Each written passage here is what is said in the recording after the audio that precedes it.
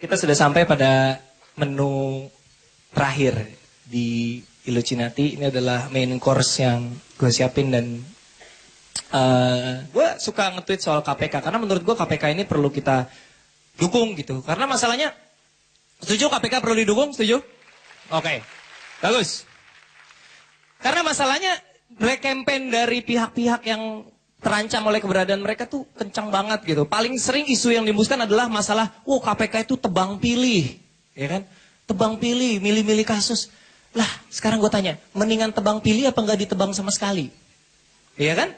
Ini masalahnya udah rimbun banget ini, kita bentar lagi udah kekurung, nggak bisa bergerak. Tebang pilih aja nggak apa-apa, yang penting ditebang. Orang-orang yang ngomong gitu kan sebenarnya takut mereka yang ditebang, ya kan? Tebang pilih nggak apa-apa, kalau perlu tebang pakai cutter, biar sakit. Padahal kita tuh, komisi korupsi kita tuh sangat-sangat kurang orangnya. Jadi idealnya yang gue baca, Komisi Pemberantasan Korupsi di sebuah negara, personilnya itu 0,005% dari penduduk. 0,005%. Di kita itu 0,0003%. Dikit banget personilnya KPK berbanding jumlah penduduk. Jadi bayangin 0,0003%. Bayangin ya, orang Cina. Serius, ini fakta gue gak ngarang ya. Orang Cina, 1,2% ada orang Cina di Jamaika.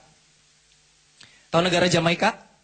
1,2% penduduknya orang Cina. Jadi lo kebayang gak? Ada 30.000 orang Cina kira-kira di Jamaika. Di minimal penduduk asli kalau mau tuker tambah HP second gampang lah ya. Kecuali kan, maksud gue gini, Jamaika. Kebayang gak Jamaika? Bob Marley, tahu kan Bob Marley kan? Orang Cina di Jamaika. Kayak apa? Mata sipit, rambut gimbal gitu. Kayak apa orang Cina di Jamaika? Ya, gak kebayang gue. Gue rasa dia tuh mau ke Amerika sebenarnya pas merantau. Tapi karena entah GPS-nya KW atau apa gitu kan. Nyasar gitu, mendaratnya di Jamaika. Bro, lo yakin ini Amerika? Kan Amerika kok harusnya bule? Yalah, orang hitam juga banyak, lo gak pernah nonton NBA sih. Cina di Jamaika kayak apa gitu? Nyimengnya pakai sumpit. Woyo, bukan woyo, haya.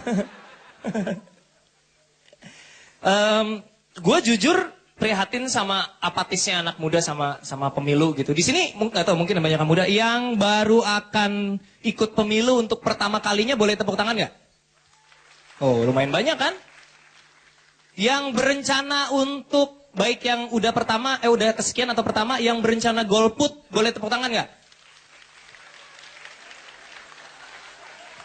Kenapa sih? Coba deh. Mas yang pakai kacamata, mau golput? Belum tahu, mbaknya mau golput? Mungkinan. Namanya siapa mbak?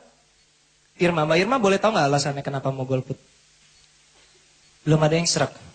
Ini milihnya bukan milih suami Mbak Irma, santai aja. Nggak dibawa pulang juga calegnya, santai aja. Itu jawaban orang tuh nih sepanjang gue tur 16 kota kemarin, jawabannya aneh-aneh. Ada yang bilang belum siap, ada yang bilang pilihannya kebanyakan, ada yang bilang trauma. Kalau lu nggak mau milih, ya udah. Tapi surat itu jangan sampai jatuh ke tangan yang salah gitu. Lu datang ke TPS, lu rusakin surat suaranya, entar lu anggap foto mantan, sobekin kecil-kecil gitu. Atau kalau lu pernah belajar origami, bikin apa kayak gitu, pakai kertas itu kan, bikin pesawat-pesawatan gitu tuh, gitu. Atau apa gitu, kalau bawa pilok gitu kan, coret. Atau kencingin biar rusak gitu. Nggak mau milih. Terserah. Pokoknya suratnya rusakin, tolong, please banget. Rusakin aja suratnya kalau nggak mau milih. Jadi jangan sampai nggak datang ke TPS kalau menurut gue sih gitu. Karena sayang aja suaranya. Kenapa sih masih golput juga? Pilihan kita banyak kali ini. Ada Rhoma Irama.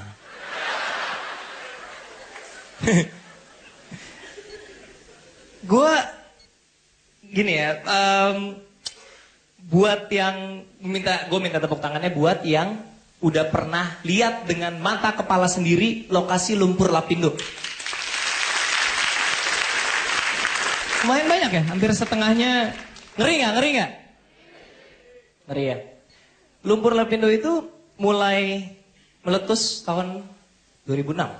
Oke, seangkatan Kangen Band. Serius gue. Serius. Entah kenapa gue hafal, tapi serius. Nggak apa-apa dong, kangen band kan nggak bikin orang sampai ngungsi. Walaupun kalau dibikin base camp di samping rumah gue ngungsi malam itu juga ya. Lu ngerti lah maksudnya. Dari 2006 lumpur itu trot, ya kan? Sampai sekarang nggak berhenti-berhenti. Sampai detik ini kita ngobrol di sini, trot keluar terus. Sampai lumpur itu luasnya itu sudah mencapai 700 hektar. 700 hektar itu, kalau kalian nggak kebayang, itu sekitar 1000 kali lapangan bola. 1000 kali lapangan bola. Kalau lu nggak kebayang juga, Taman Impian Jaya Ancol, oke, pasti tahu ya Taman Impian Jaya Ancol, itu satu kompleks taman impiannya, jadi bukan, udah include semua tuh, Dufan, gelanggang renang, Alexis, itu semua udah di situ ya kan? Gue nggak pernah ke Alexis, nggak pernah sama sekali, gue cuma diceritain Ari, dia member, jadi satu kompleks Ancol itu segede gitu, itu cuma 500 hektar men. Jadi luas lumpur Lapindo itu 1,5 kira-kira ya, 1,5 kalinya luas Taman Impian Jaya Ancol. Gue waktu kesana, gue sama Ari kebetulan, kita lagi dalam perjalanan dari Malang menuju Surabaya, lewatin Porong, yuk kita lihat yuk, ayo lihat.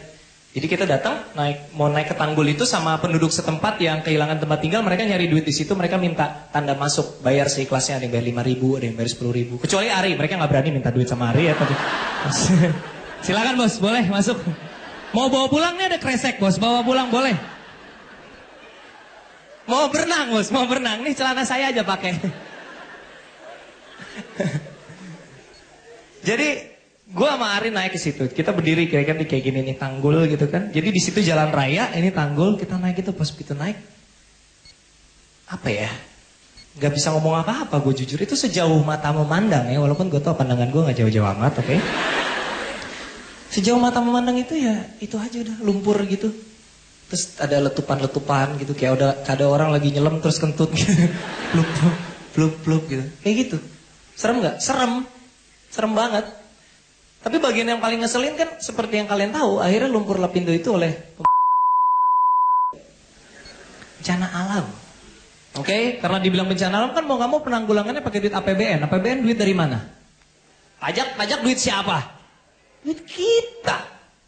Ini karena argumen enggak.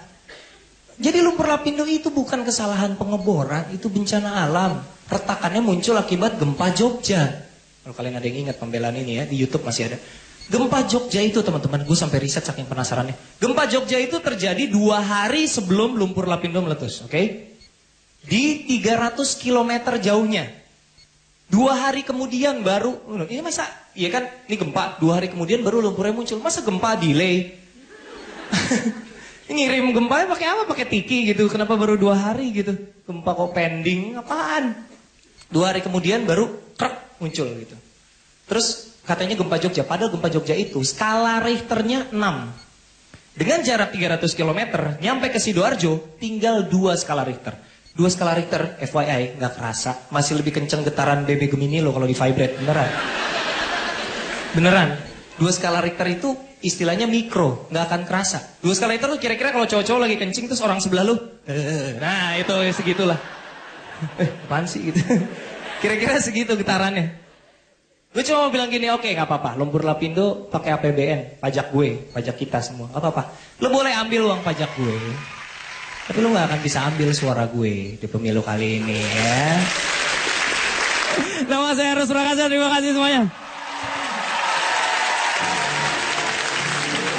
Pak Ahok kalau nggak keberatan, kita mau ngobrol sebentar karena ini ada pengalaman pertama beliau nonton stand up comedy secara live. Jadi saya mau undang Pak Basuki Cahayapurnama, boleh naik ke panggung sebentar?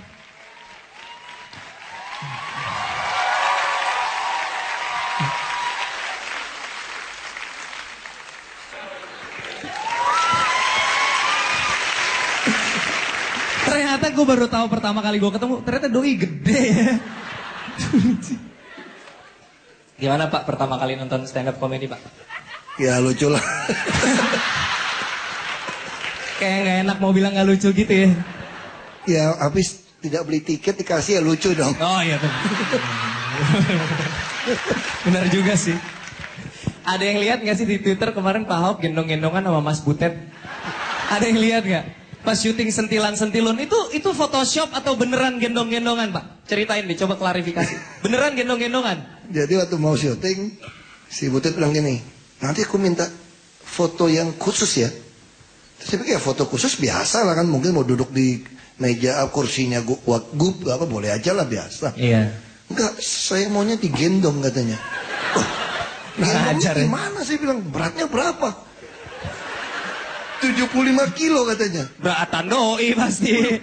Dia bilang, caranya gimana? Udah saya gendong kamu dulu katanya. Saya 92 kilo nih. Gak apa-apa katanya. Terus Wow. digendong kan. Wah, terus Tunggu, jadi Mas Butet dulu iya, yang saya. ngegendong. Iya, gendong saya dulu. Kuat. Kuat tuh. Terus gendong saya udah pikir, aduh ini lutut jebol nggak nih? Terus saya udah bayangin nih, ini bini gue pasti ngomel nih. Kenapa? Seumur menikah nggak pernah gendong dia.